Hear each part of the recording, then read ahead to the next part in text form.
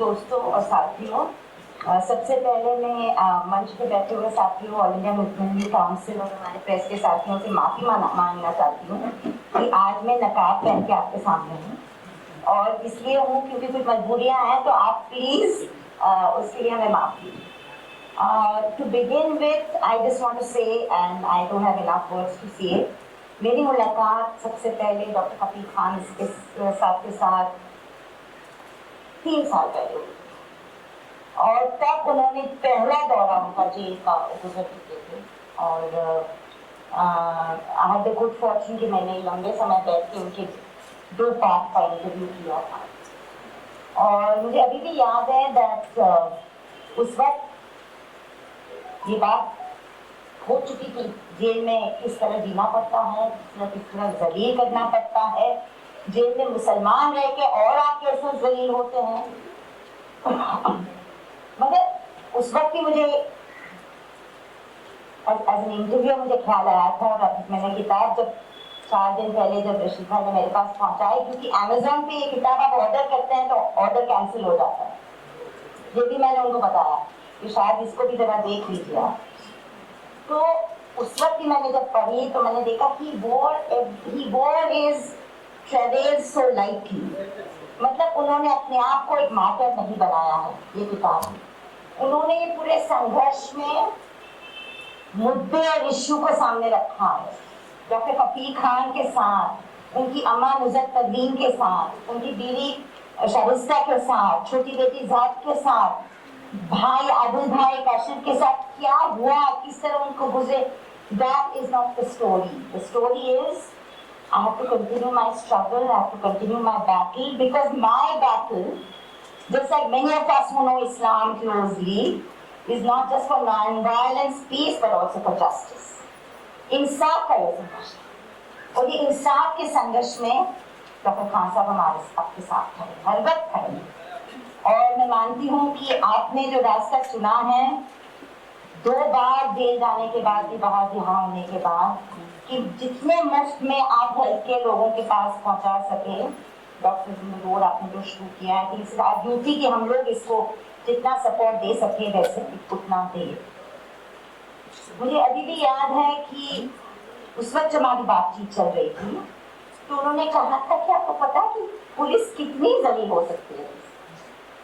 तो मैंने बोला देखो, हमने तो बहुत ही खराब नजरिया पुलिस का देखा है, बम्बई में देखा है, 92-93 में देखा है, उसके पहले भिवंडी में, अंसारी बाग में देखा है, 84 में, उसके बाद गुजरात में देखा है। तो आप बताइए क्या बताना चाहते। उन्होंने बोला मैं जेल में हूँ, मैं जेल में दिन रात कैसे काटता हूँ, मेरी जिंदगी का नजरिया बदल गया जेल में रह के। मेरे भाई मेरे केस के लिए ऊपर नीचे इलाहाबाद चक्कर काट रहे हैं, घर में सिर्फ खातून है, सिर्फ महिलाएं हैं, और 30, 40, 50 पुलिस ऑफिसर जाके रोजाना 8, 9, 10 बजे रात के बाद सुबह के 5 बजे तक घर के अंदर घुस के बैठे क्या कर रहे हैं, कमरों में घूम रहे हैं, nothing but intimidation and humiliation.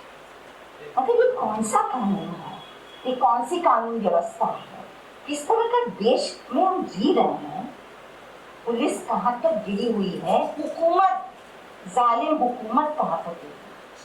मुझे लगता है कि अगर वाकई भारत हिंदुस्तान एक संवैधानिक जमहूरियत होता, कॉन्स्टिट्यूशनल डेमोक्रेसी, तो आज के उत्तर प्रदेश में होने वाले चुनाव में डॉक्टर हफीज खान का केस एक मुद्दा होता, मगर कोई नहीं बनाना चाहता। मतलब इनडायरेक्टली बात हो जाती है, मगर डायरेक्टली नहीं बनाना चाहता है, क्योंकि जैसे यूसुफ उचाला सर ने कहा, एक फांसीवाद सरकार, और फांसीवाद सरकार दोस्तों तभी बनती है जब फांसीवाद जहन लोगों में पैदा हो जाता है, रातों रात नहीं बनती। जेनोसाइड के तरीके जो डॉक्टर जॉर्ज सैनी, वो रातों रात नहीं तैयार होते, उसको तैयार करने में भी 5, 10, 15, 25, 30 साल जाते हैं। ताकि भारत की जब 12,000 पुलिस कर्मियों के साथ CSDS जैसी संस्था इंटरव्यू करती है, तो 12,000 पुलिस कर्मियों में से 70%, 70% से मुसलमान ज्यादा हिंसक है, और 30% कहते हैं कि दलित ज्यादा हिंसक। मतलब ये 2019 की स्टडी है, ये विभूति नारायण जी की वो स्टडी नहीं है जो उन्होंने 1993 में की थी, जब मैंने उनका इंटरव्यू किया था हाशिमपुरा के बाद। तो आज हमारी पुलिस सोचती है कि मुसलमान ज्यादा नहीं सकते, हम इसका सामना कैसे करें? पहले तो राजनीतिक सत्ता से इनको हटाओ, उसके बाद सफाई का काम तो 5, 10, 15, 20 साल लगेगा और ये बहुत लंबा था। और मैं यकीन मानती हूँ कि जिस तरह डॉक्टर कफील खान ने हिम्मत न हार के आज भी अपना संघर्ष बुलंद रखा है, और मुझे लगता है डॉक्टर कफील खान हो या एंटी एनआरसी प्रोटेस्टर्स में हमारे नौजवान हो, उमर खालिद जी का नाम लिया गया, हाँ बाकी लोग भी है, बाकी नाम जिसके नाम नहीं लिए जाते इतना, इशरत जहां है, उनकी पार्टी भी नहीं उठाती वो नाम, इमरान हैदर है, ऐसे जो नौजवान हमारे मुस्लिम लीडर्स महिला उभर के आए हैं, वो ये देश का भविष्य है। ये सिर्फ मुसलमान समाज का नहीं, ये देश का भविष्य है। और मैं मानती हूँ जब से बाकी देश और बहुसंख्यक समाज, मैं तो चुनौती देती हूँ आजकल जहां पे भी मैं बोलती हूँ कि जिम्मेदारी मेजॉरिटी की है, कितना भी आप कहेंगे, जिम्मेदारी गंदगी निकाल कर की और हिम्मत दिखाने की बहुसंख्यक की है। अगर बहुसंख्यक हिंदू को हिम्मत नहीं है तो आप ये देश को नहीं बचा सकते, और वो हिम्मत दिखाने के लिए चुप्पी तोड़नी पड़ेगी। डॉक्टर, टीचर, जजेस, वकील, सबको चुप्पी तोड़नी पड़ेगी, और जो भी हम और आप साथ में काम करके चुप्पी तोड़ने का काम अगर हम कर सके, हमको करना चाहिए। अगर इसकी 50 कॉपी खरीद करके हम सुप्रीम कोर्ट और हाई कोर्ट के जजेस को भेजे, शायद कुछ शर्मिंदगी की बात है। वाहिद शेख की किताब भेजे, इनोसेंट प्रिजनर्स, मुफ्ती अहमदाबाद हमारे मुफ्ती साहब की किताब भेजी, जिनको भी वजारा और इस तरह टॉर्चर किया था, किताब का नाम मैं भूल सकती, I am a Mufti not a terrorist. ये 3 किताब आप भेजिए ताकि हुकूमत में बैठे बैठे अलग अलग लोग ये समझे कहीं पे कि मुसलमान समुदाय जो है सदियों से, आजादी के पहले, आजादी के बाद, हर तबके में उन्होंने ये देश की ये न सिर्फ कुर्बानी दी है मगर तरक्की में हिस्सा दिया। ये बहुसंख्यक समाज को मानना पड़ेगा, और मैं मानती हूँ कि I think this can be a very good vehicle. ये किताब पे डिबेट हो, डिस्कशन हो, ये किताब हम कॉलेजेस में लेके जाएं, नौजवान में इसका हिस्सा पढ़ाएं, there should be readings of this book. और मैं तो आपको गुजारिश करती हूँ कि इसका अनुवाद भी जरूर कीजिए। अनुवाद करवाएं, जितने भी जबानों में आपका बयान उतना कम होगा। It is very necessary. You have become an icon, sir, for all of us. कोई भी पब्लिशर पब्लिश करने को तैयार नहीं हो रहा है। हाँ। हिंदी में भी ट्रांसलेट करा के रखा हुआ है, उर्दू में भी ट्रांसलेट करा के रखा हुआ है, पर कोई सब कह रहे हैं कि मार्च तक का वेट कर रहे हैं।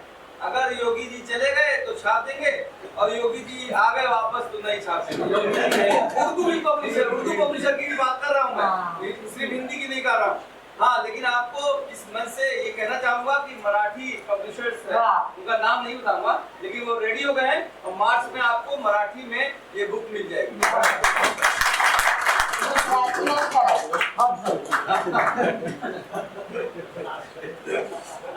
आखिर में मैं इतना ही कहूँगी कि आज जब हम डॉक्टर कफील खान साहब को बस क्या करते हैं, उनका इस्तेमाल करते हैं, उनकी हिम्मत को, तो हमें हिम्मत मिलती है, तो उनकी अम्मा और उनकी बीवी को भी हम खास सलाम और मोहब्बत पहुँचाने का काम करते हैं। उन्होंने बहुत हिम्मत से, जब कहा गया कि कहाँ से आपको हिम्मत मिली यूसुफ साहब, तो मुझे लगता है उनको बहुत हिम्मत अपनी अम्मा से मिली, क्योंकि बहुत, अगर आप किताब पढ़ेंगे ये तो आप देखेंगे, पन्ने पन्ने पे देखेंगे कि हालांकि इतने बड़े दिक्कत से वो गुजर रही थी मगर उन्होंने हिम्मत नहीं की। और मैं मानती हूँ ये बहुत बड़ा एक ताकत होता है इंसान के लिए, जब परिवार खानदान अपने साथ होता है।